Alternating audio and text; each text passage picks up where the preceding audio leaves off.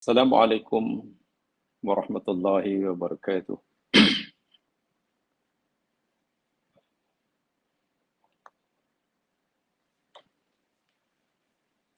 Alhamdulillahilladzi bi ni'matihi tatimmus shalihat.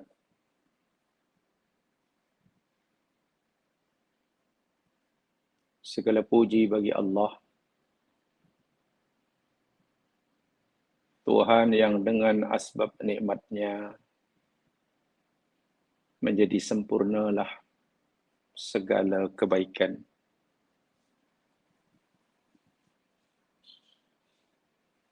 Wa bi taufiqihi tatahaqqaqul ghayat.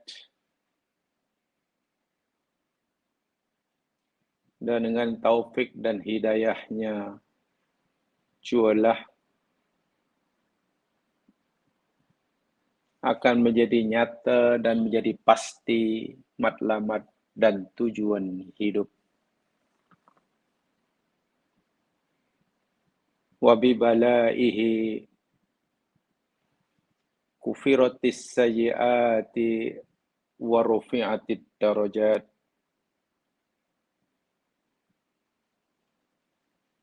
Dan dengan sebab ujian bala yang dia timpakanlah dihapuskan segala dosa dan kesalahan serta diangkat beberapa darjat.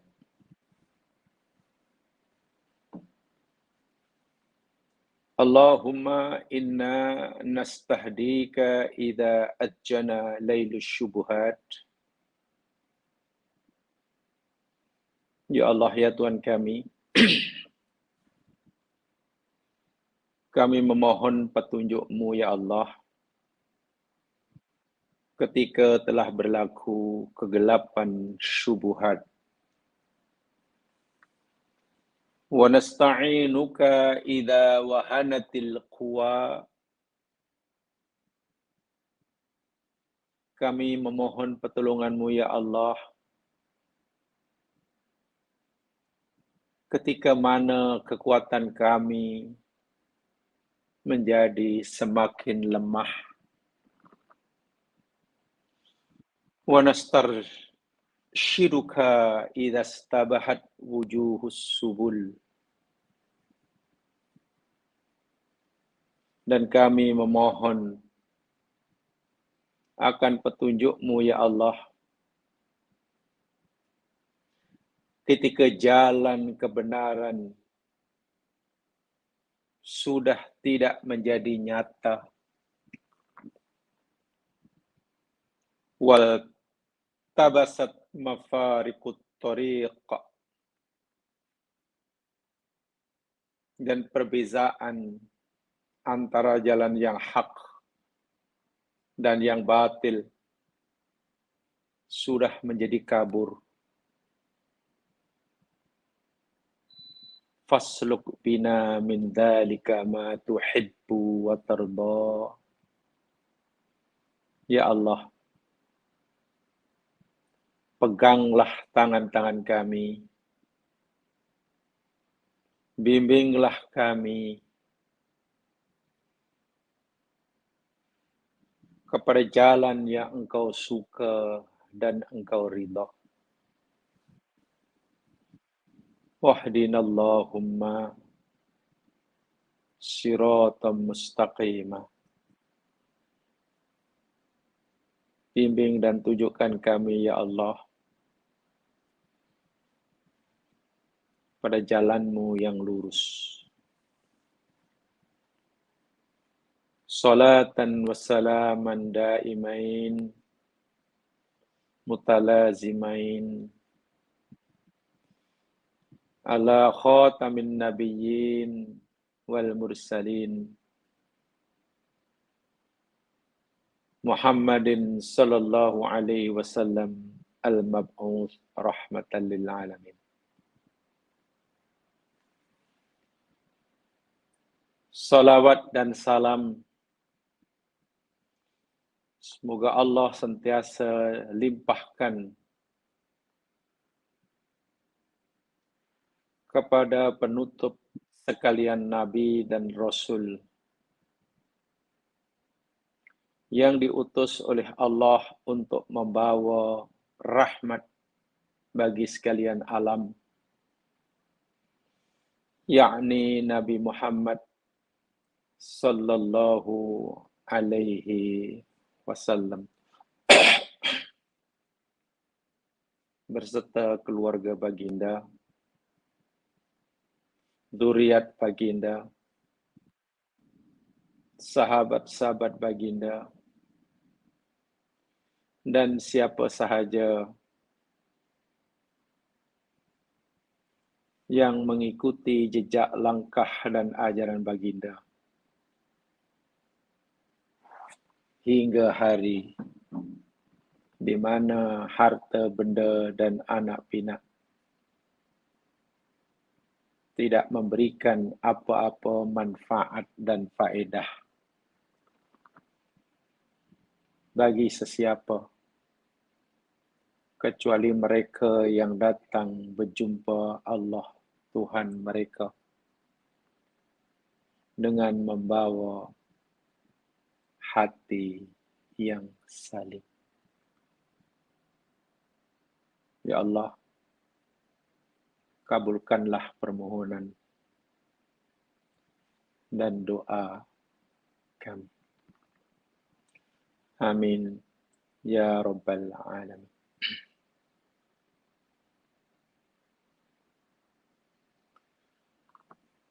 Jamaah yang dirahmati Allah sekalian,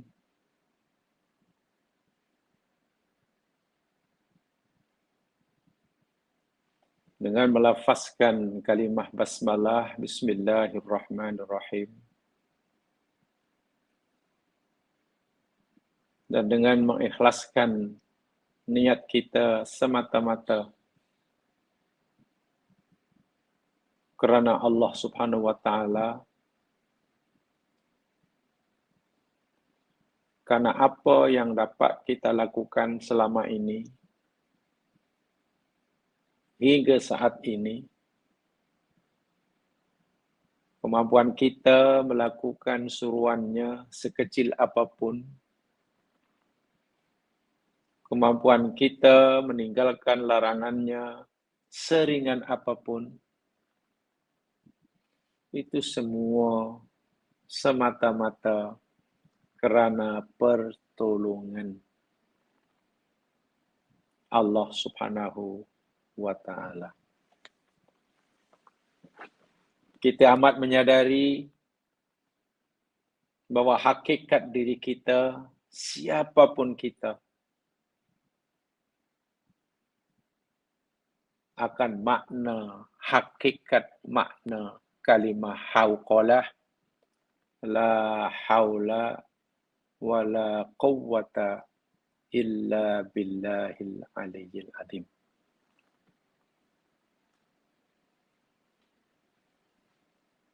Dengan memahami dan merasakan akan makna kalimah ini, la haula wa la quwwata illa billah, insya-Allah akan mudah bagi kita untuk mengikhlaskan niat, menjauhkan diri daripada riya, sum'ah, dan juga ujub apabila kita telah berjaya melakukan apa-apa yang disuruh.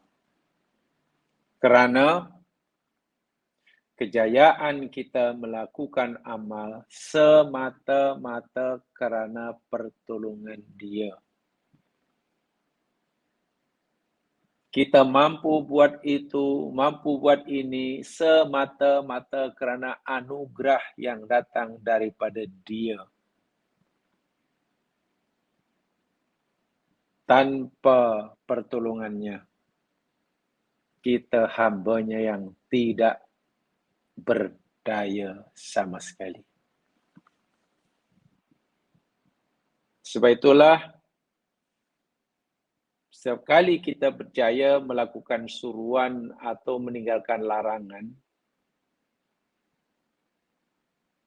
sama ada kecil atau besar, jangan sekali-kali melihat amalan itu. Jangan sekali-kali terpesona dan kagum dengan kejayaan kita melakukan amalan tersebut. Sebaliknya, yakinkan diri kita, ajar diri kita, sedarkan diri kita.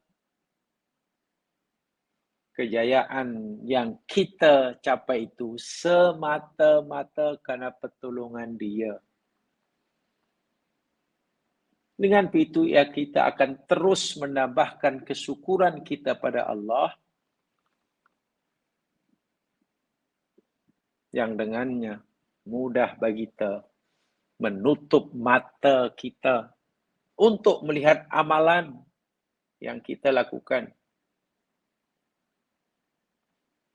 Menutup keinginan kita untuk mendapatkan pujian dari sesiapa. Karena memang kita hakikatnya tidak pernah buat apa-apa. Tidak mampu buat apa-apa tanpa pertolongan Dia. La haula wa la quwwata illa billahil aliyyil azim. Termasuklah kejayaan kita berjumpa pada pagi hari ini semata-mata karena pertolongan Dia. Sebab itu marilah kita syukuri pertolongan Allah pada kita yang tidak renti-renti ini.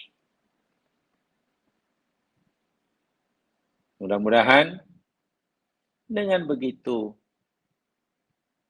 amalan kita ada nilainya atau dinilai oleh Allah. Walaupun Allah tidak perlukan amalan kita. Allah tidak mendapat apa-apa manfaat dan keuntungan daripada ibadah kita. Allah juga tidak mendapatkan apa-apa kerugian daripada kedegilan dan kekufuran hamba-Nya. Tapi Allah Maha Syakur, Maha berterima kasih, Maha membalas, menghargai amalan yang dilakukan oleh hamba-Nya. Bila amalan yang dilakukan oleh hamba itu baik, diberinya balasan paling kurang 10 kali ganda. Minimum. Hingga gandaan yang Allah saja Maha mengetahui. Sebaliknya bila kita tersilap melakukan amalan, mungkin karena kecuaian kita, kejahilan kita, telanjur melakukan satu kesalahan, Allah hanya balas dengan satu kesalahan juga. Sentiasalah kita ingat perkara ini, agar benar-benar kita dapat merasakan betapa bertuahnya kita memeluk agama suci ini dan bertuhankan Allah satu-satunya. Para pendengar yang dirahmati Allah sekalian, kita diberi kesempatan oleh Allah pagi hari ini untuk menyambung siri kajian kita surah Hud. Lihat Al-Qur'annya dan mari kita kaji sama-sama. Sambil memohon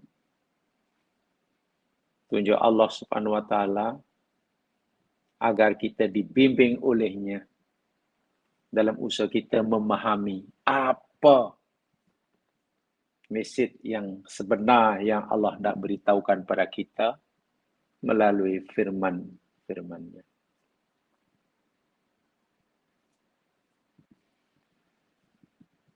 Pada siri yang lepas, yakni tahun yang lalu, setahun yang sudah, ayat terakhir yang kita pelajari yakni ayat yang ke-108. Rangkaian ayat 106, 107 atau 8 ini cerita tentang dua golongan manusia, nasib dua golongan manusia di akhirat. Sama ada yang kufur dan yang mukmin. Mereka diberi balasan sesuai dengan amalan yang mereka lakukan di dunia. Bahasa mudah yang selalu saya katakan, mereka yang masuk neraka dan mereka yang masuk surga itu karena Allah berikan itu, Allah masukkan mereka dalam neraka, ada yang Allah masukkan mereka dalam surga sesuai. Allah lakukan itu karena ia sesuai dengan tempahan yang mereka buat semasa di dunia.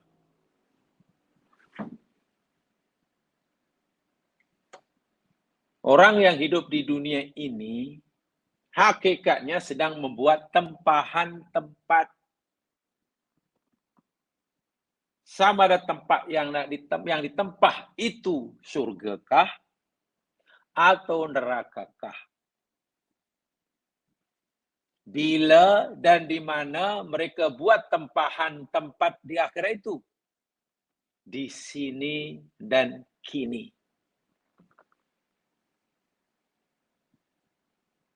Benar bahwa tidak ada orang, apalagi orang mukmin, orang non-mukmin pun tak akan ada yang berkata, "Ya Allah, aku nak menempah tempatku di akhirat nanti neraka." Tak ada orang kata begitu. Tapi perbuatannya, pandangan hidupnya, keyakinannya, itulah tempahan yang dilakukan oleh manusia, tempatnya di akhirat nanti di mana. Itu satu. Dan yang kedua, 3 ayat terakhir paling tidak yang kita pelajari, atau 4 ayat terakhir itu, cerita tentang neraka dan surga. Tempoh hari saya nyatakan, karena dalam ayat itu, bunyinya memang agak sedikit mengundang kita, membuat kita bertanya. Ya, contoh Allah berfirman, adapun orang yang celaka, maka mereka berada dalam neraka kekal. Mereka kekal selagi ada langit dan bumi. Kecuali Tuhanmu menghendaki. Gimana tu bahasa seperti itu? Adapun mereka yang bahagia masuk surga, dalam surga kekal selagi mana ada langit dan bumi, kecuali Tuhanmu menghendaki. Kan tidak mudah memahami struktur ayat seperti itu. Kalau Allah berfirman, mereka dalam neraka kekal, senang.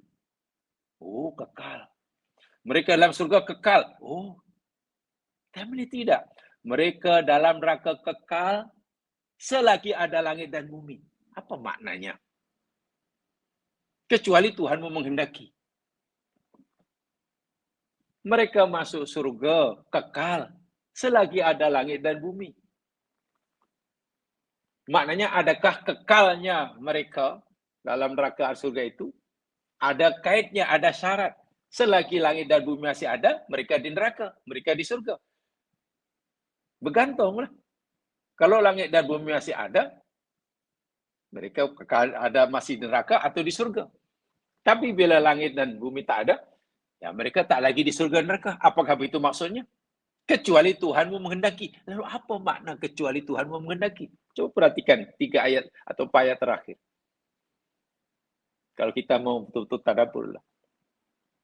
Di sinilah tempoh hari saya nyatakan, ulama dahulu dia sekarang sudah mulai berbincang. Sebenarnya di akhirat ini macam mana? Surga neraka ini sebenarnya kekal atau tidak? Gitu kan? Ulama dahulu bincang. Ada yang berdapat surga neraka itu kekal. Ada yang mengatakan surga neraka itu tak kekal. Tak apa, secara umum ada dua itu. Walaupun kita semua meyakini, ikut pendapat yang bikin bahawa surga neraka itu kekal. Satu. Yang kedua, yang dimaksud kekal di sini tempatnya kah, yakni surga dan neraka kah, atau penghuninya yang kekal itu? Kan ada dua lagi masalah. Kalau nerakanya kekal, tapi penghuninya adakah juga kekal? Tapi nampaknya ayat berfirman, menurut fahaman kita di Sunnah Jamaah tidak begitu. Neraka memang kekal, tapi penghuninya belum tentu semuanya kekal. Karena minta maaf dalam bahasa yang mudah, ada yang masuk neraka hanya singgah. Tempat persinggahan dalam perjalanan mereka ke surga, terpaksalah. Maknanya bila mendapatkan azab neraka. Karena orang ini berdosa dan tak mendapat pengampunan. Neraka dahululah. Dan bila habis dosanya, sudah disucikan, dibersihkan dengan adanya siksa, mereka masuk surga. Oh, maknanya nerakanya kekal, tapi penghuninya ada yang tak kekal. Di situ kita faham neraka. Tapi yang di surga macam mana? Apa yang di surga? Surganya kekal, tapi penghuninya ada yang tak kekal? Wah, itu yang menakutkan. Dan saya yakin secara pribadi kalau kita disuruh memilih lah, minta maaf kalau ini sebagai contoh kalau kita disuruh memilih, katalah oleh Allah, wahai hambaku, pilih satu di antara dua. Mana yang kamu nak pilih? Aku jadikan neraka itu kekal atau tidak? Aku jadikan surga itu kekal atau tidak? Saya yakin kalaulah Allah suruh pilih macam tu, semua kita akan jawab, ya Allah, kami semua memilih, ya Allah, jangan jadikan neraka itu kekal. Sementara je lah. Yang surga, elok kau jadikan kekal. Nah, pilihan itu pastilah lebih bersifat keananiah kita. Kan demi kepentingan kita. Kalau neraka tak kekal kan, pelan neraka tak kekal. Kejap ya, masuk surga. Bahkan neraka boleh hancur, lagi bagus. Tapi kalau surga itu janganlah tak kekal. Sebab kalau surga ini tak kekal, walaupun dalam surga, awak masuk surga selama 1 trilion tahun. Menangis tu ahli surga kalau diberitahu macam tu. Karena suatu saat, tempoh mereka tinggal di surga akan tamat. Nah, itu satu pembincangan lagi. Sehingga ayat ini saya simpulkan tempoh hari. Ini satu apa yang saya pelajari ya Mas Kian ya. Saya hanya ingin menyampaikan apa yang saya pelajari dahulu. Jamaah mungkin boleh mendapatkan maklumat-maklumat daripada yang lain. Dipersilakan. Sebab ayat ini menimbulkan penafsiran yang bermacam-macam. Jadi kesimpulan kami dahulu masa belajar, ini ada dua. Neraka surga itu kekal. Adalah kekal kecuali Allah kehendaki tidak kekal. Atau neraka dan surga itu tidak kekal kecuali Allah menghendaki kekal. Ada dua kan kesimpulannya. Pendapat pertama mengatakan surga neraka itu kekal. Kecuali Allah menghendaki tidak kekal. Oh, iya pula. Atau barangkali yang kedua, surga dan neraka itu hakikatnya tidak kekal. Kecuali Allah menghendakinya jadi kekal. Nampaknya setelah dipelajari, dikaji, dan dikaji, pendapat yang kedua itu lebih al-aqrab ila sahih. Yani surga dan neraka itu hakikatnya tidaklah kekal. Kecuali Allah menghendaki kekal. Artinya kekalnya surga dan neraka itu tentulah tidak sama dengan kekalnya sifat Allah. Allah kekal karena itu sifatnya. Tapi surga dan neraka kekal bukan karena sifatnya, tapi karena Allah menghendaki kekal. Sebab kalau tidak dipahami begitu zaman sekarang, nanti orang akan bertanya, kalau surga dan neraka itu kekal, dan Allah pun kekal, lalu apa beza antara surga dan neraka ciptaan Allah dengan Allah yang mencipta? Coba kita nak jawab. Surga kekal? Ya. Neraka kekal? Ya. Allah kekal? Ya. Lalu apa bezanya? Bukankah Allah Subhanahu wa taala berfirman beritahu kita, huwal awwalu wal akhir? Allah itu al-awal dan Allah yang akhir. Dan Nabi memberitahu kita, Allah awal yakni laisa qablahu syai'. Tak ada sesuatu yang wujud sebelum Allah. Dan Allah al-akhir, tidak ada sesuatu yang wujud selepasnya. So, macam mana memahami itu? Nah, walaupun surga dan neraka itu kekal berkeyakinan, tetapi sifat kekalnya tidak sama dengan sifat kekal Allah Subhanahu wa taala. Allah kekal karena memang itu sifatnya. Ya, sifat dzatiyah Allah lazimah. Sementara kekalnya ciptaan Allah dalam hal ini surga dan neraka itu kerana Allah menghendaki kekal. Kerana kehendak Allah itulah, karena adanya ilah, masyiah Allah itulah surga dan neraka kekal. Sehingga tetap sahaja sifat kekalnya surga dan neraka tidak sama dengan sifat kekalnya Allah. Allah hidup, ya, Al-Hayyu. Kita hidup, ya. Tapi adakah hidup Allah sama dengan hidup kita? Tak. Sifat hidup Allah Al-Hayyu, ya itu sifat dzatiyah Allah, lazimah. Kita hidup, adakah itu sifat yang dzatiyah lazimah? Tidak. Kita hidup karena Allah kehendaki hidup. Bila suatu saat Allah tidak lagi menghendaki kita hidup, matilah kita. Beza ya. Ya, itu apa namanya? Sedikit kesimpulan daripada apa yang Allah sampaikan pada ayat ini. Baik. Sekarang mari kita baca ayat berikutnya, ayat 109. Lihat ayatnya.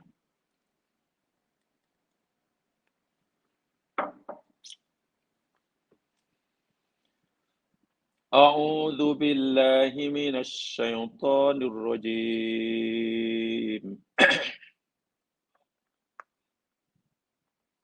Fala taku fi miryatin mimma ya'budu haula.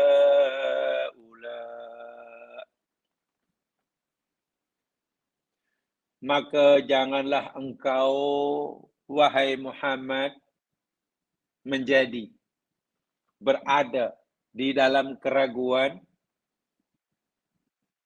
terhadap apa yang disembah oleh orang-orang ini.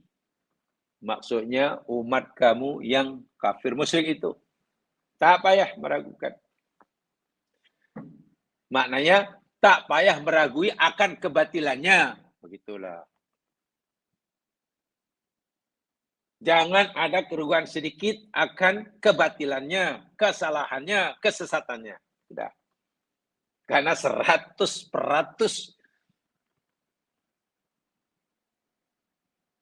peribadatan mereka itu batil. Ma ya'buduna illa kama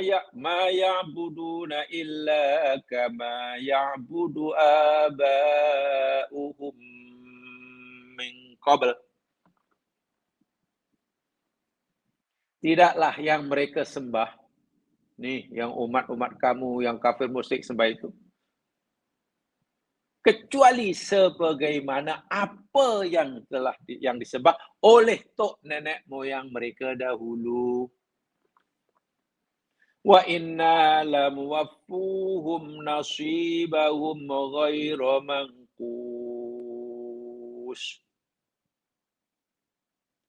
Dan sesungguhnya kami, kata Allah, sungguh kami akan mencukupkan, memenuhkan pada mereka akan habuan, bagian. Di sini maksudnya balasan mereka tanpa ada pengurangan sedikit pun. Ini ayat 109 sebagai ya semacam penutup lah daripada apa yang Allah ceritakan dalam ayat sebelumnya.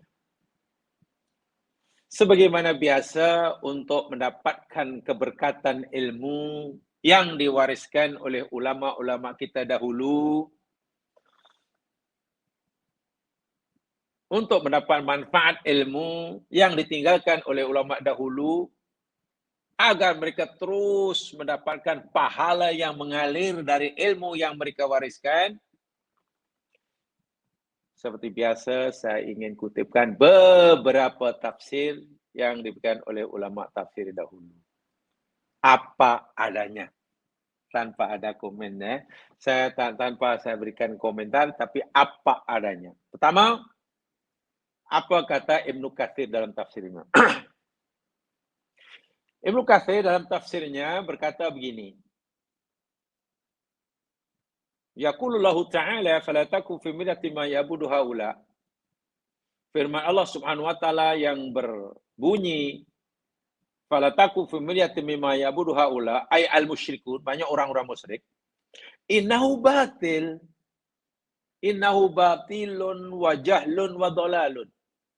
Muhammad, jangan sekali-kali kamu ada keraguan sedikit pun terhadap Tuhan-Tuhan yang mereka sembah atau terhadap peribadatan mereka menyembah patung-patung itu. Jangan sedikit pun ada keruan akan kebatilannya, sifat kebodohannya, kesesatannya. Maknanya tentang batil, tentang bodoh, tentang sesat mereka itu pasti. Kamu tak perlu ada keraguan sedikit pun. Kamu seyakin-yakinnya bahwa mereka itu bodoh, mereka itu jahil, mereka itu sesat. Kenapa? Fa'innahum innama ya'buduna ma ya'budu abahum min qabl. Ya, mereka itu hanya mengikuti tok nenek moyang mereka. Tak ada dasar, tak ada alasan sama sekali.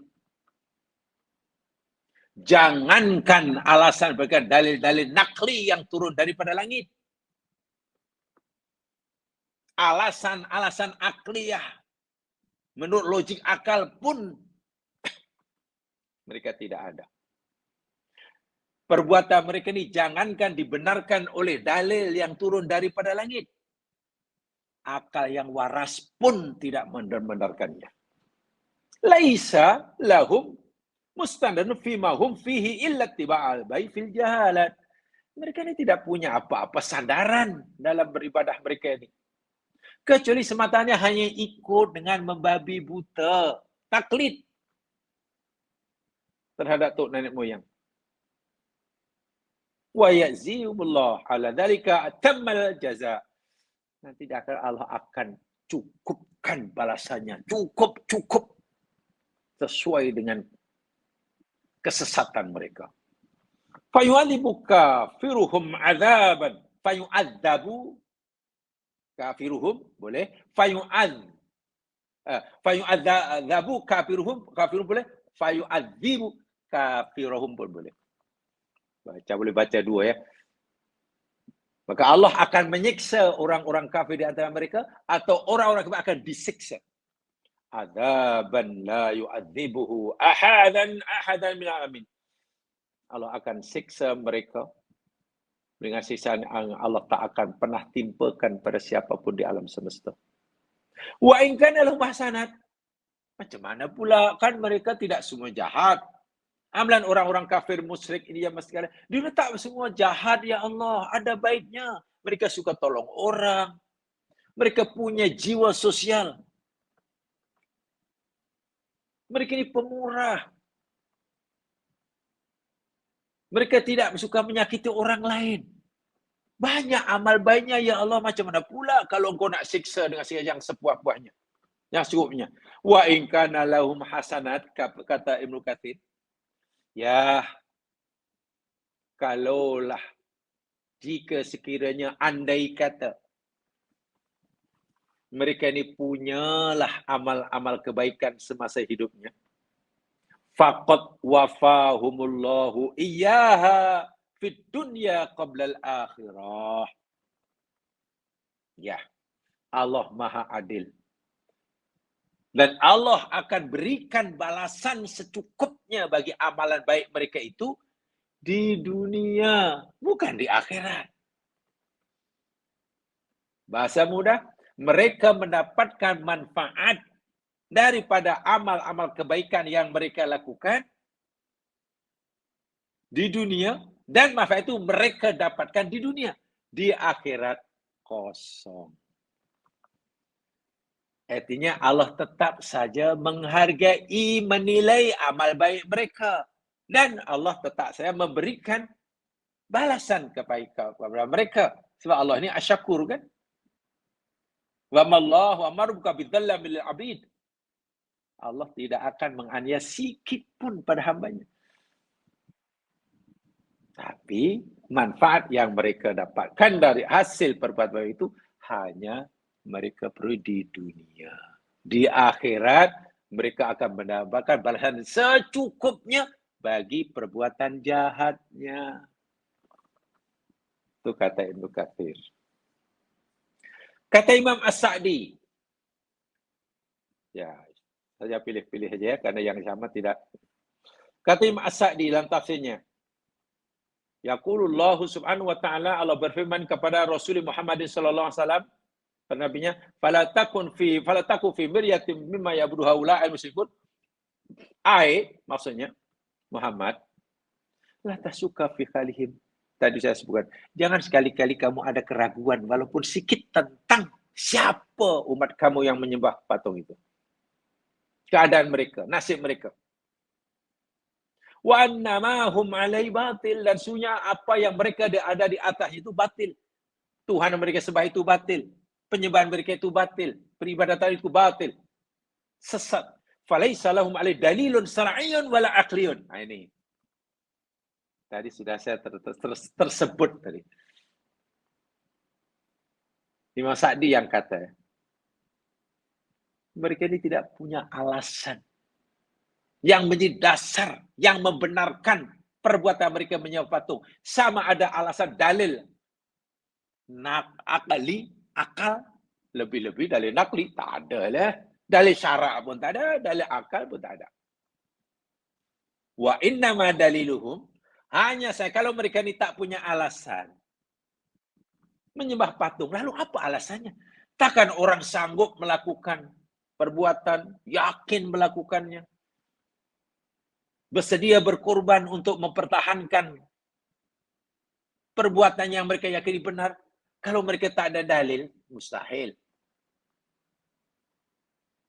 Allah beritahu, ya mereka ada dalil. Tapi dalilnya, hujahnya, wa innama daliluhum wasyatuhum annahum, dari mereka yakni Tuhan, nenek moyang kami dahulu sembah, kami pun sembahlah. Itu alasan dia. Ini warisan nenek moyang, itu nama taklid. Kami tidak akan melakukan semua ini kalau bukan karena nenek moyang kami melakukannya. Itu dalilnya. Habis logika, ini bukan masalah logik, tak logik, katanya. Kamu jangan tanya saya ini logik, kita logik. Ada kesuruhan daripada agama? Kamu jangan tanya apa dari agama. Kami lakukan bukan berdasarkan logik akal. kami melakukan bukan karena adanya dalil agama, tapi kami lakukan semata-mata kerana mewarisi warisan pengajaran tok nenek moyang kami yang sudah turun-temurun. Cuma nak meluruskan orang yang bengkoknya terlalu rumit seperti ini. Wa min ma'lum anna hadza laisa bisabah. Jadi orang seperti ini sebenarnya ini bukan hanya subuhat je. Orang lekar ini bukan karena dia syubhat, bukan. Ya betul yang dikatakan oleh Ibnu Katsir tadi. Jahlun, batilun, dhalalun. Allahu Akbar. Fadlan ala yakuna dalil. Apa lagi aja? Dalil. Lagi tak ada. Li'anna aqwala ma'adal anbiya. Nah ini. Pentingnya di sini. Karena apapun dalil, alasan, hujah untuk membenarkan suatu ucapan, untuk membenarkan suatu pemikiran, untuk membenarkan suatu perbuatan. Ma'adal anbiya. Selain apa yang didatangkan oleh para nabi. Yuhtaju laha wala yahtaju laha. Ditolak. Ucapan seorang ditolak. Jika tidak berhujah daripada apa disampaikan oleh Nabi. Karena ucapan seorang, perbuatan seorang, siapapun orangnya, bukan boleh dengan hujah. Sebenarnya ia perlu hujah. Saya ulangi. Saya ada pendapat, katakanlah, dalam satu masalah. Pendapat saya tahun ini gini. Pendapat saya aja masih ada. Tidak boleh dengan hujah oleh orang lain untuk membenarkannya. Tak boleh. Kenapa kau buat tu? Ya tu, guru saya buat macam itu. Tak boleh. Bila kita berpendapat, bila kita berbuat, kita perlu hujah untuk membenarkan pendapat kita. Bukan dijadikan hujah bagi orang lain untuk membenarkan perbuatan mereka. Tok nenek moyang mereka menyembah patung. Tapi mereka jadikan hujah untuk menyembah patung juga. Kenapa kamu sembah patung? Tok nenek moyang sembah patung. Nah, itu anda menjadikan perbuatan orang tua sebagai hujah. Tak boleh. Sebenarnya orang tua sembah patunglah yang perlukan hujah. Adakah dalil yang membenarkan kamu sembah patung? Kalau ada, okeylah. Kalau tak ada, pilih ya ini. Khususan amthal haulai dhalin. Lebih-lebih lagi perbuatan orang-orang yang sesat. Macam mana kita jadikan alasan? Biasa tak kita mendengar kalau orang ditegur, kenapa kamu buat macam tu? Kenapa ni mana adanya? Kamu jangan jalil. Saya buat ini bukan saya bodoh, saya pun mengaji. Ini guru saya kata begitu. Guru saya yang kata, takkan dia salah. Dia guru. Saya tak kata guru itu mesti salah atau mesti betul. Bukan begitu. Betul atau tidaknya suatu pendapat atau perbuatan itu bergantung pada ada atau tiadanya dalil daripada yang diutus oleh Allah untuk menyampaikan agama. Al-haqqu ma qalahu Allah wa ma qalahu Rasul. Kebenaran itu adalah apa yang Allah firmankan dan apa yang para nabi sabdakan. Sebab itu kalau saya berpendapat, saya berbuat, jamaah berhak bertanya pada saya. Awak bercakap macam itu tu macam mana? Adakah dalilnya? Oh ya, dalilnya gini. Oh ada dalil. Baguslah. Sehingga pendapat saya bolehlah dipegangi, diikuti karena ada dalilnya. Jika orang mengikuti pendapat saya, bukan ikut pendapat saya, mengikuti dalil yang saya gunakan. Itu maksudnya. Bukan saya malah paksa orang lain, tuan-tuan dan puan-puan. Ini saya punya pendapat. Dan pada saya ini pasti benar. Tuan-tuan tidak perlu tanyakan ada dalil atau tidak. Bahkan tuan-tuan boleh mengikuti, beramal seperti saya, dan bila orang tanya, cakap saja. Tuh, orang itu si fulan telah berbuat. Tak boleh. Alladzina kathura khata'uhum wa fatu aqwalihim. Lebih-lebih lagi yang cakap itu orang sesat. Tadi, bapak-bapak mereka itu orang sesat. Yang banyak salahnya dalam soal agama. Inilah.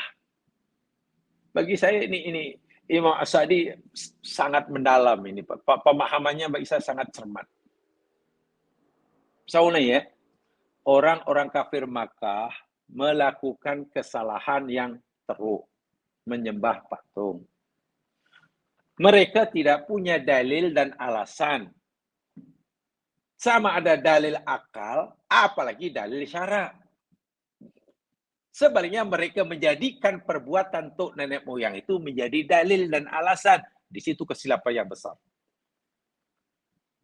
Sedangkan pendapat seseorang, siapapun orang itu, perbuatan seseorang, siapapun orang itu, tidak boleh dijadikan dalil untuk membenarkan suatu perbuatan. Sebaliknya, perbuatan seorang yang dan itulah yang perlukan dalil untuk membenarkannya. Ada satu ungkapan ya mas kalian. Dan ungkapan ini disandarkan kepada Ali bin Abi Thalib. Dalam satu riwayat. Ini mungkin sengaja saya ingin sampaikan lebih ya, karena bagi saya di sini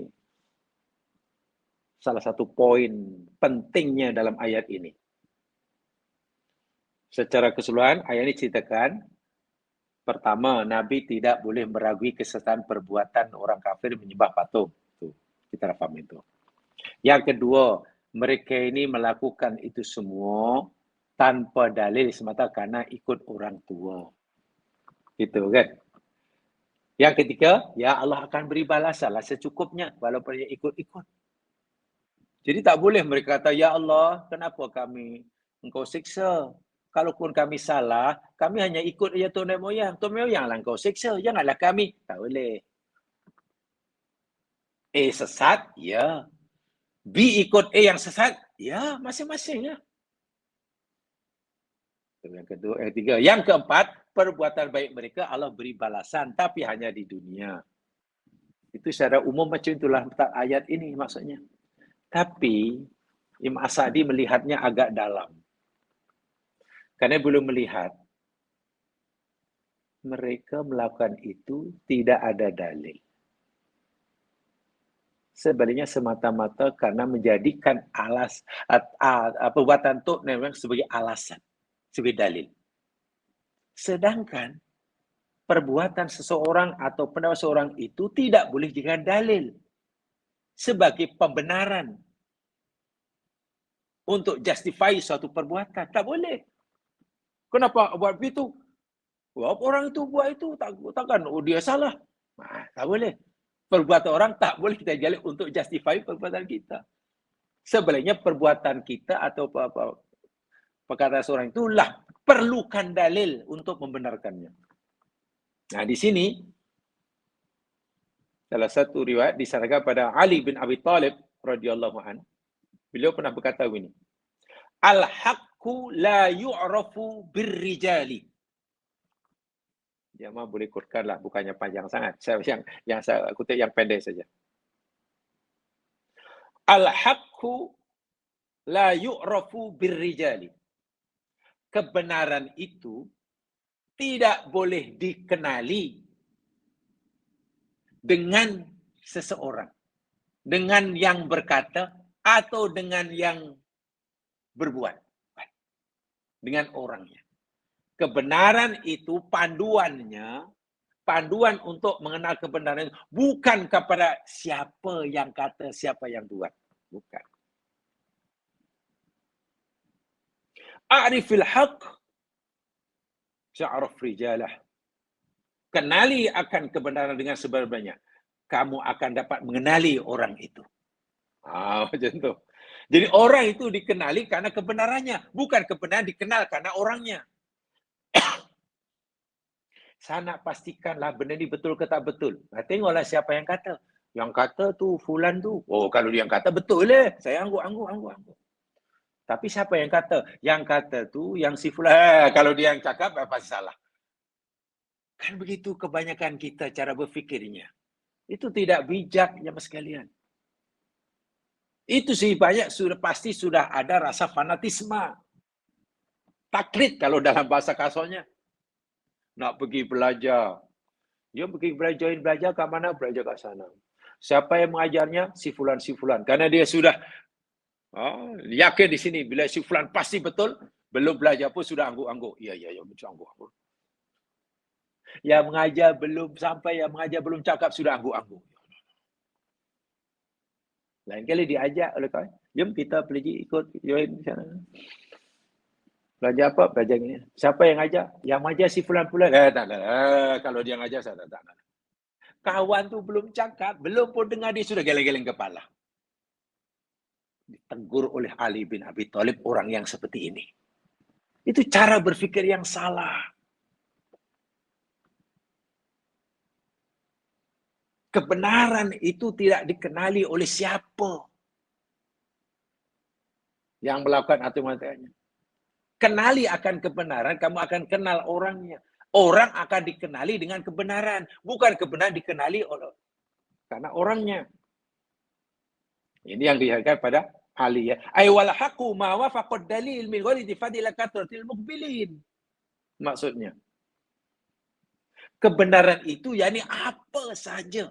Ucapan ke, ucapan benar ke, perbuatan benar ke, yang benar itu ma wafaqad dalil min ghairil ittifatin ila katratil muqbilin.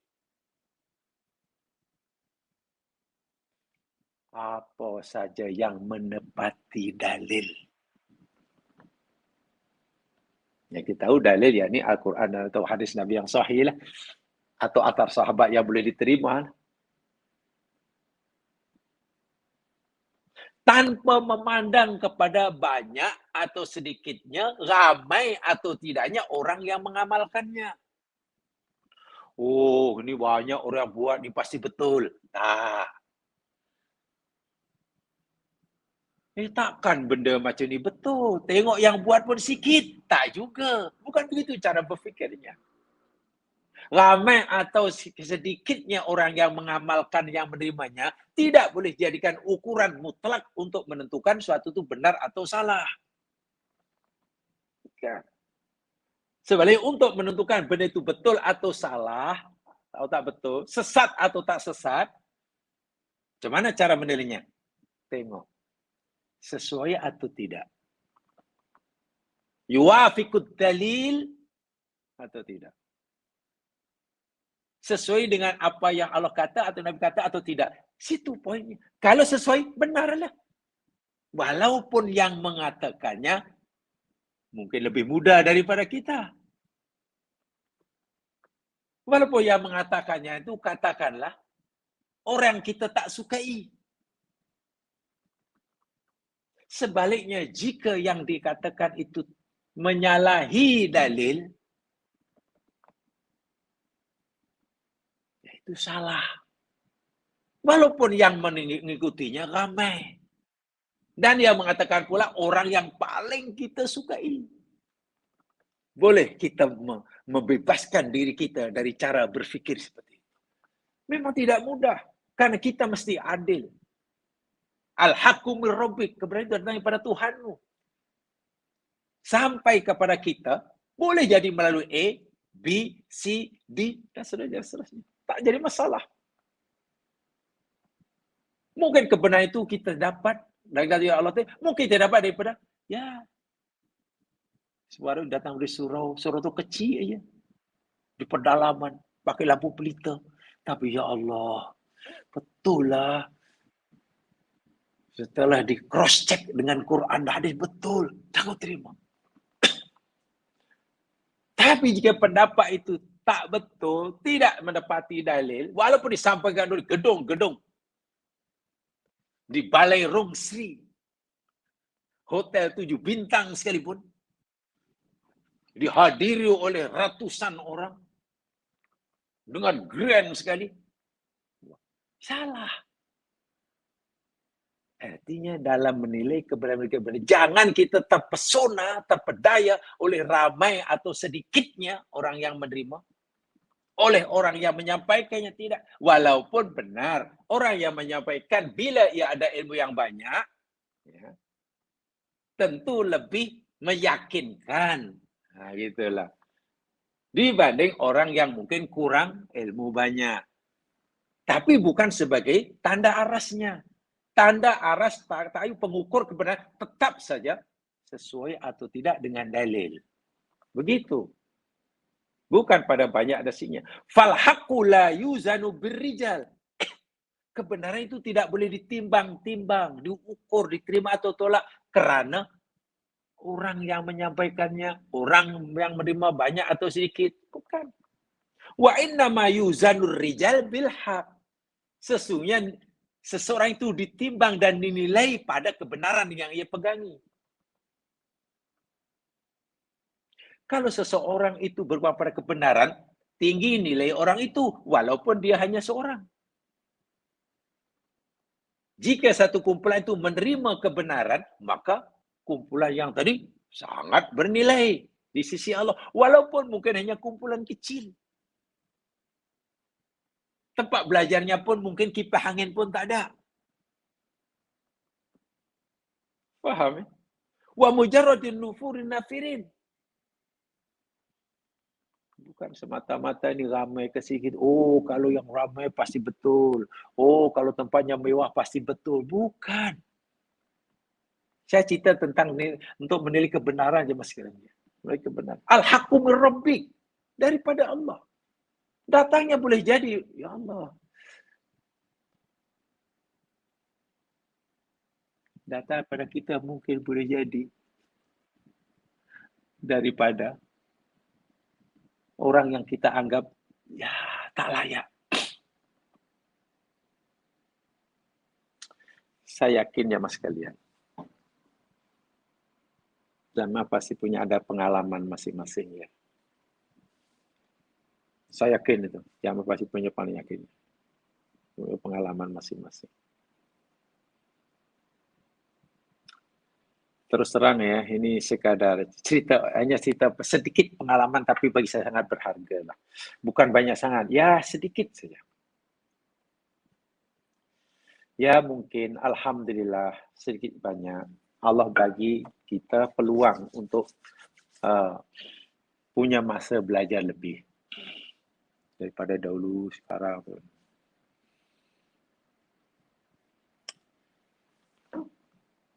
Saya merasa juga bertuah karena diberi peluang untuk belajar dahulu oleh Allah, walaupun tentu sangat sedikit. Ajar akidah, ajar syariah, ajar ihsan, ada akhlak. Ya contohlah, contoh kita kata bab akhlak lah, ihsan lah, qalbun salim lah, sifat mahmudah, sabar. Sabar. Ajar, sabar. Begini, sabar. Dalilnya tahu, pengertiannya tahu, asal usul perkataan sabar tahu. Ya namanya diajar di sekolah. Penyampainya pensarah-pensarah yang hebat. Semua menyandang gelar kesarjanaan. Paling tidak master lah waktu itu. Dan ramai yang PhD. Artinya kalau berhujah, kalaulah diseminarkan, kalau diperdebatkan, tajuk sabar, pasti mereka menang lah dalam membentangkan ketah kerja. Kan orang-orang hebat, takkan salah. Dalilnya mantap. Dan kita pun yakin, oh iya, saya faham sabar itu rupanya begitu. Tapi akhirnya saya mulai berpikir waktu itu, apakah sabar ini sesuatu yang hanya perlu difahami, dimengerti, dipelajari, itu saja? Atau sabar ini sebetulnya lebih daripada itu, sesuatu yang perlu dirasai, perlu dirasakan. Karena realiti dia waktu itulah, ini masih ini pengen sedikit ya. Kagum mendengar orang mereka tentang sabar dengan dalil-dalilnya. Tapi kalau melihat sendiri semasa jadi student lah. Kenapalah guru pensara ngajar tentang ini, nampak kesabarannya kurang. Sangat-sangat emosional. Dalam perkara-perkara yang sebetulnya kecil, mudah marah. Jadi kenapa ya? Ilmunya betul, tapi kenapa tindakannya pula salah? Yang jadi bingung kita nak mengamalkan sabar itu macam mana? Maaf karena saya orang kampung, anak orang kampung, anak petani. Justru saya menemukan pengajaran sabar dan betul-betul sabar. Justru bukan daripada orang yang pandai bersalah tentang sabar. Ya. Saya pergi tempat pedalaman, orang kampung petani. Suaminya kerja tani. Itu pun mengupah karena tak ada tanah sendiri. Istrinya, ya, rumah tangga. Masak, minum dengan serbuk yang sudah ada. Makan terus anaknya pun. Malam tidur lambat, pagi cepat. Menyediakan sarapan untuk anaknya. Dan saya tidak pernah melihat dia mengeluh. Sikit pun tak pernah. Sentiasa ceria. Diajak cakap ceria. Walaupun untuk ukuran kita sangat-sangat kekurangan. Untuk ukuran kita. Tapi dia tidak merasa kekurangan. Bagi kita dia susah, tapi dia tidak merasa susah.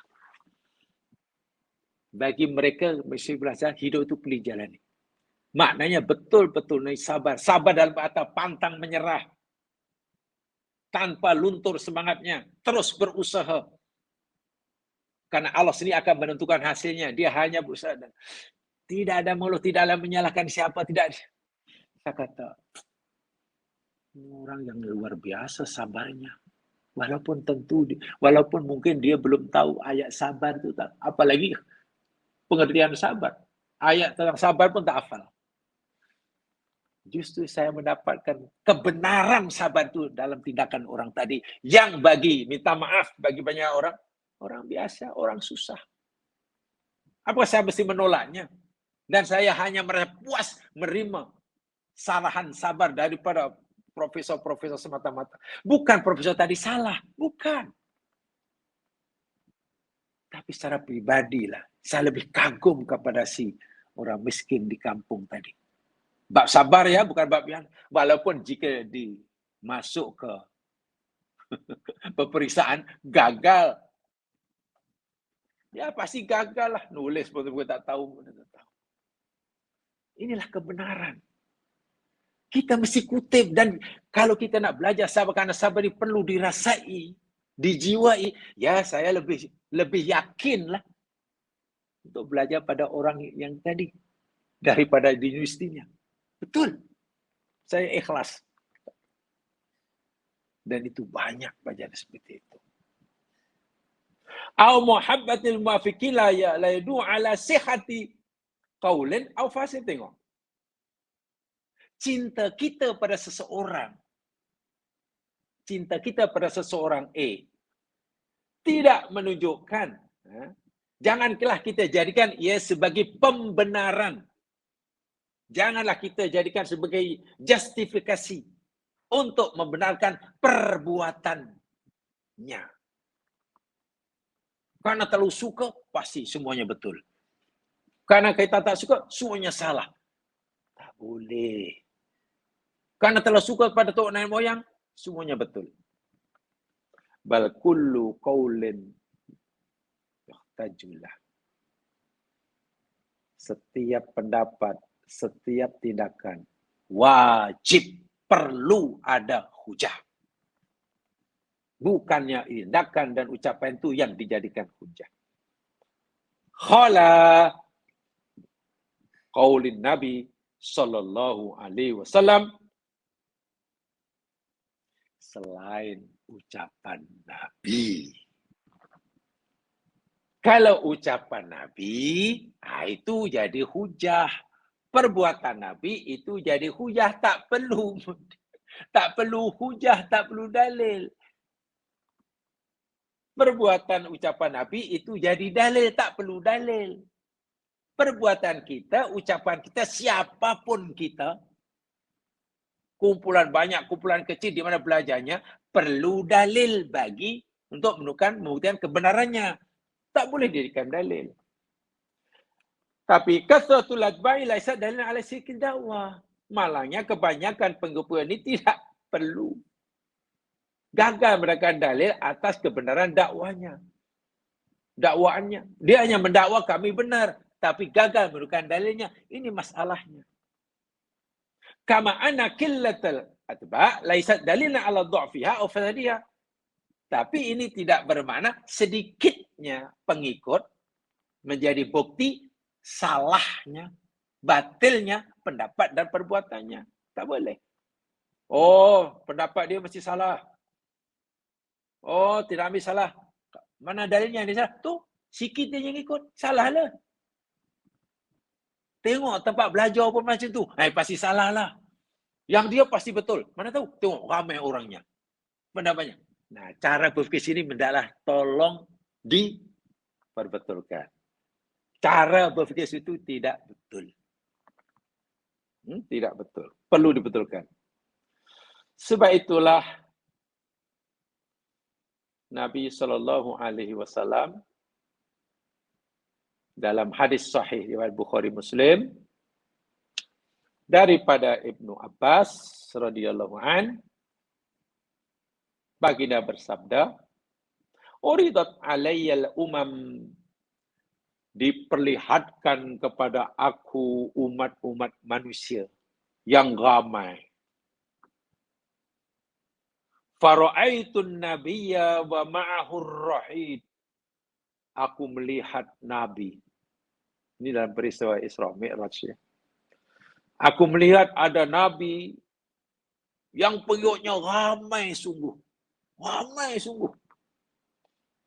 Wa nabi wa murrajul wa rujulani. Dan aku pula melihat ada Nabi yang pengikutnya hanya seorang. Hanya 2 orang. Yang lain ada Nabi pengikutnya ramai. Ada Nabi pengikutnya hanya seorang, 2 orang. Ada pula wan nabi laisa ma'ahu ahadun. Dan aku diperlihat pada aku Nabi yang tak ada pengikut. Ini hadis sahih. Coba apa makna hadis sahih ini ya? Pengajarannya. Ini dalam peristiwa Isra Mi'raj ya. Masa Rasul diperlihatkan pada aku, kata Nabi-Nabi sebelum aku lah.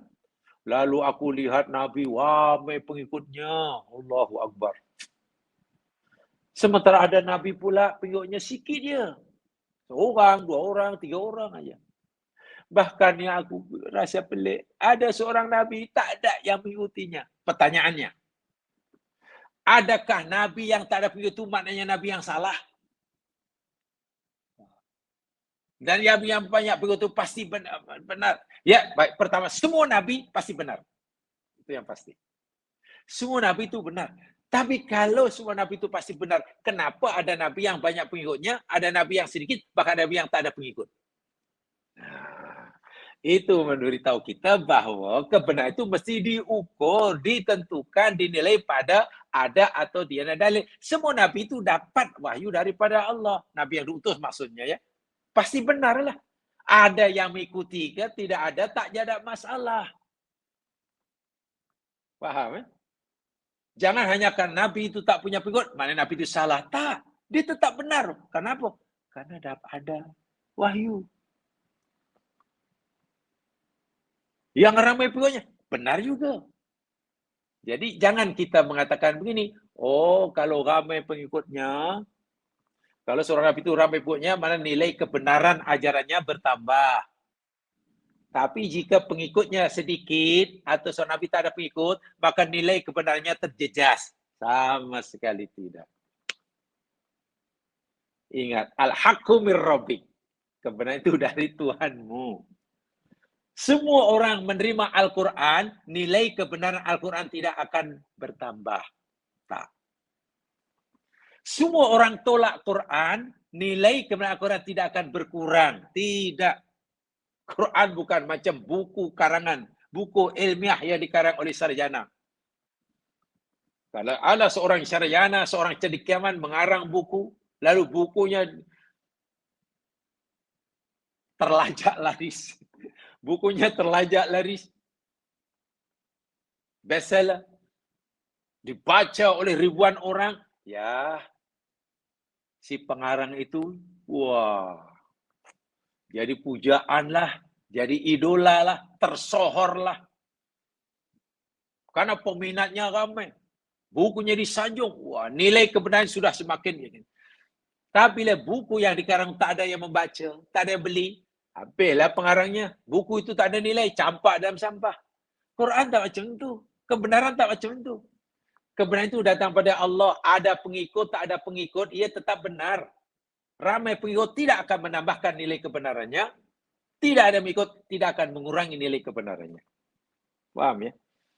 Nah ini yang kesesatan yang ketara sekali pada zaman jelas hingga mungkin akhir zaman. Selalu mengukur kebenaran itu kepada bukan pada muwafaqatul dalil atau tidak, tapi pada siapa yang ada, siapa yang ikut, ramai ke sikit. Saya pernah mengkritik ya mas kalian, tapi karena kritikan saya itu orang tak suka. Ya alhamdulillah, alhamdulillah. Ketika ada kesempatan untuk memberikan ya sedikit peringatan lah di masjid di Surau. Ini cerita agak lama lah. Agak lama. Ya kita niatnya ikhlas untuk membetulkan yang kurang betul gitu lah. Ada satu majlis. Tak tahulah majlis apa ternyata. Kan biasa kan di Malaysia ni ada majlis sempena itu, sambutan ini, makan-makan. Makan-makan, yang datang beratus orang di kampung. Beratus, makan ratusan lah. Ada kadang sambutannya, ya sikit aja. 40 orang, 30 orang. Tak macam mana dalam laporan itu. Ketika peringatan itu sambutannya luar biasa. Orang apa sebab makan pun habis. Dianggap berjaya. Tapi bila sambutan, tazkirah itu sikit, dia tak berjaya. Tengok, penilaiannya pada ramai atau tidak. Karena saya, yang saya pelajari tasbih itu, termasuk yang saya sampaikan hari ini. Jadi, saya kata, sebenarnya kejayaan pengajian itu bukan pada pendengarnya ramai atau sikit. Saya kata. Kejayaan pengajian itu, usul itu bukan pada tempatnya. Bukan. Kamu jangan berpendapat jika pengajian itu dihadiri oleh ramai orang karena jemputan lalu kau percaya. Kalau sikit tak, bukan. Kejayaan pertama, adakah benda yang disampaikan itu betul atau tidak? Itu satu. Itu kewajiban yang menyampaikanlah. Kalau sudah betul, mana si penyampai itu berjaya. Sebagai pendakwah berjaya. Orang dengar ke tak dengar, ramai ke sikit ke, ada makanan tak ada makanan, di surau yang buruk atau di dewan megah, tak ada masalah. Yang datang ini berbagai bangsa atau seorang, tak ada masalah. Yang penting disampaikan betul. Pendakwah tadi berjaya. Yang keduanya, bagi si pendengar. Kalau pendengar itu boleh berubah daripada tak baik menjadi baik, dari bengkok menjadi lurus. Daripada lupa menjadi ingat. Ada kesannya. Daripada pendendam menjadi pemaaf. Daripada loket jadi berjaya. Walaupun mungkin yang mendengar waktu itu hanya 10 orang.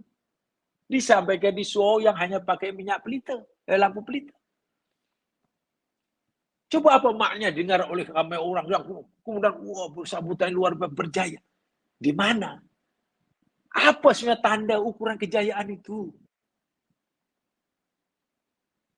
Memang tidak mudah.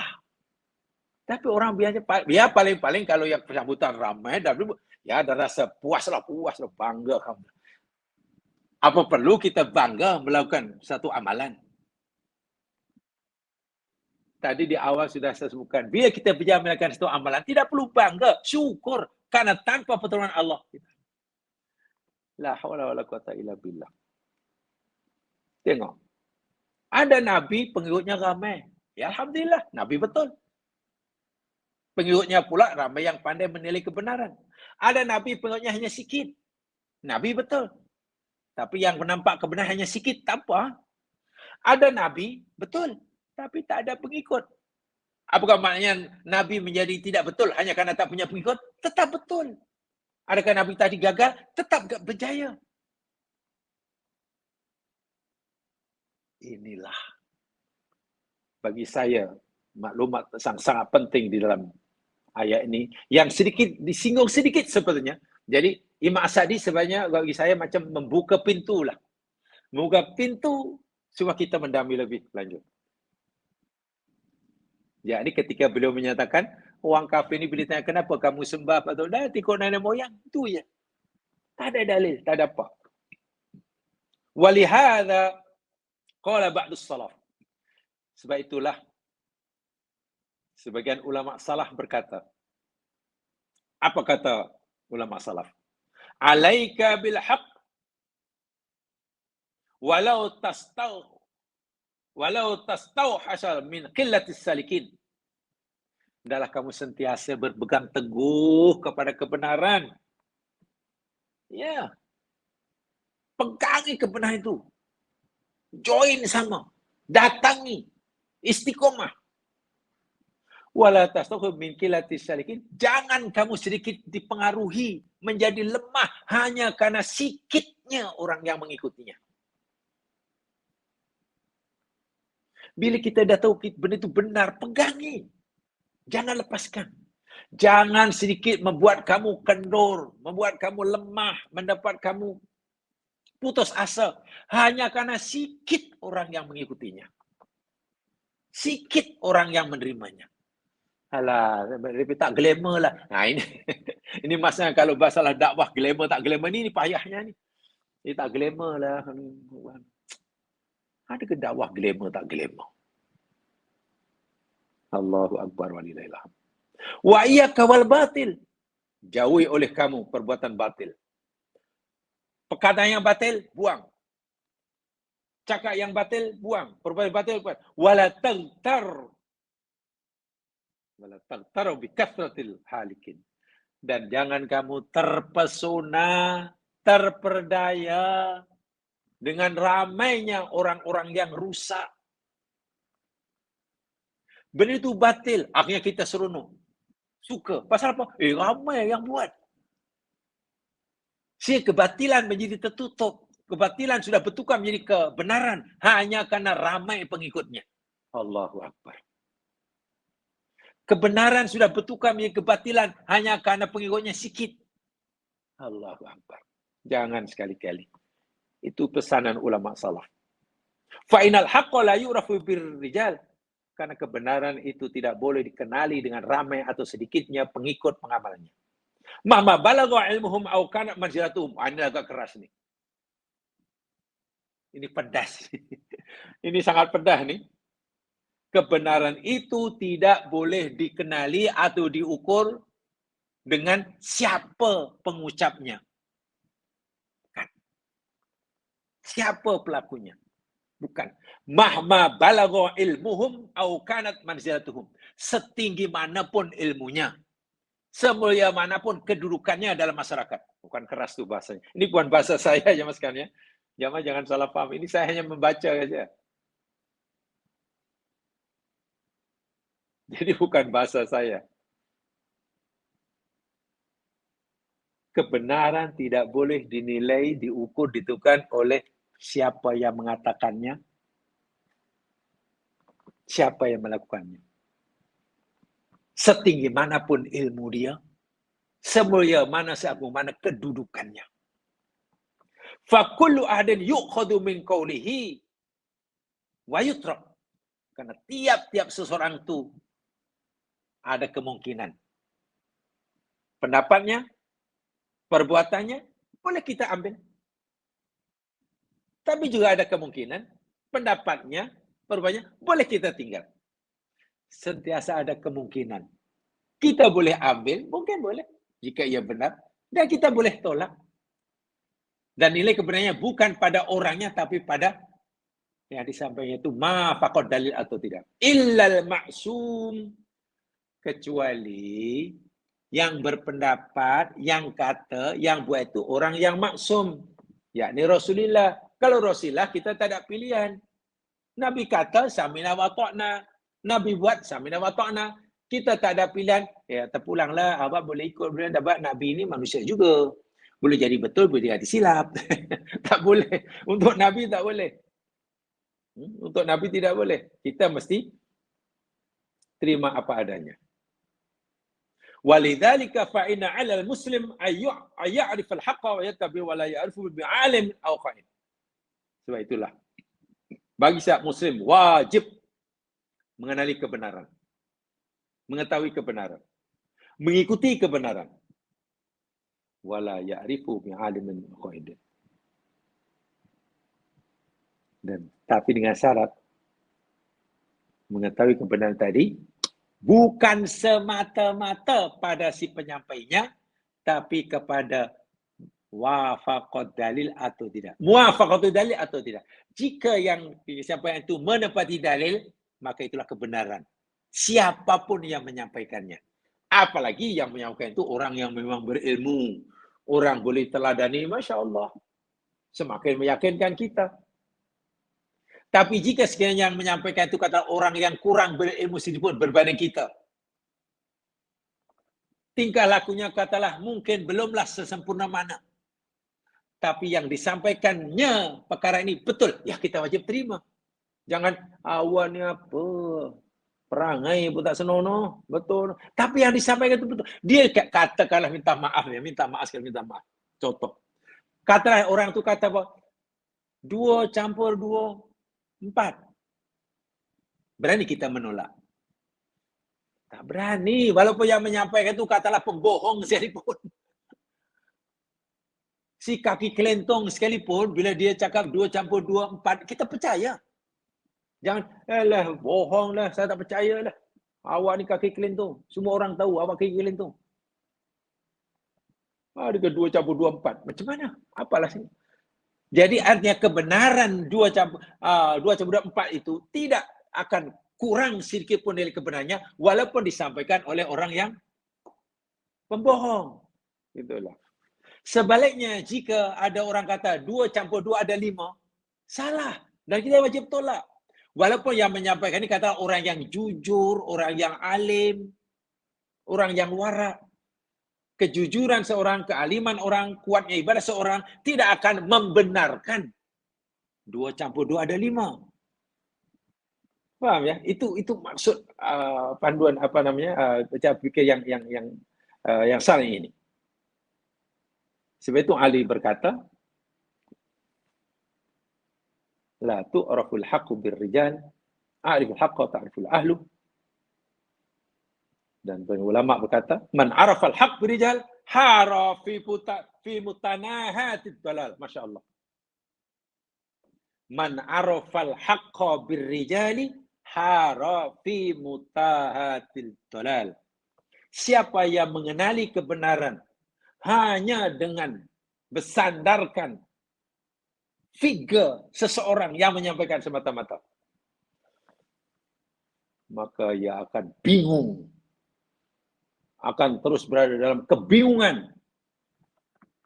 Dalam labirin kesesatan. Mutahatid dolal. Labirin. Jangan tahu labirin. Apa saya menyebut labirin ya? Labirin ini sebetulnya apa ya? Namanya jarang dipakai sebenarnya. Labirin kalau tidak salah, ini asalnya daripada bahasa Yunani sebetulnya ya. Labirin ini berasal daripada bahasa Yunani lama, lain kuno. Labirintos bahasanya, labirintos. Labirintos itu merupakan satu sistem jalur jalan yang rumit, yang berliku-liku, yang beri banyak jalan buntu.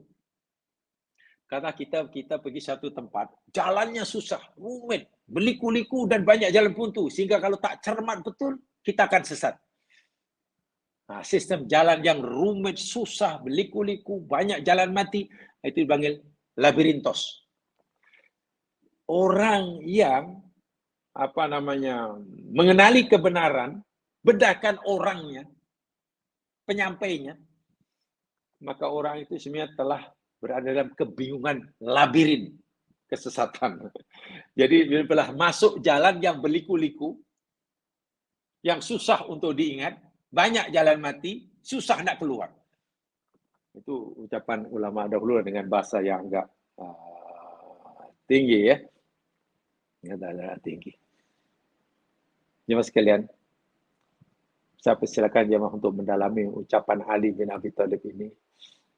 Tapi sangat menarik. Saya sangat tertarik dengan ini. Dan saya kata tadi yang membuka pintu ke arah mendalami ucapan Ali tadi, jadi saya melihat dari kalau ulama tafsir Imam As-Sa'di. Imam As-Sa'di. Jadi saya sengaja menyampaikan.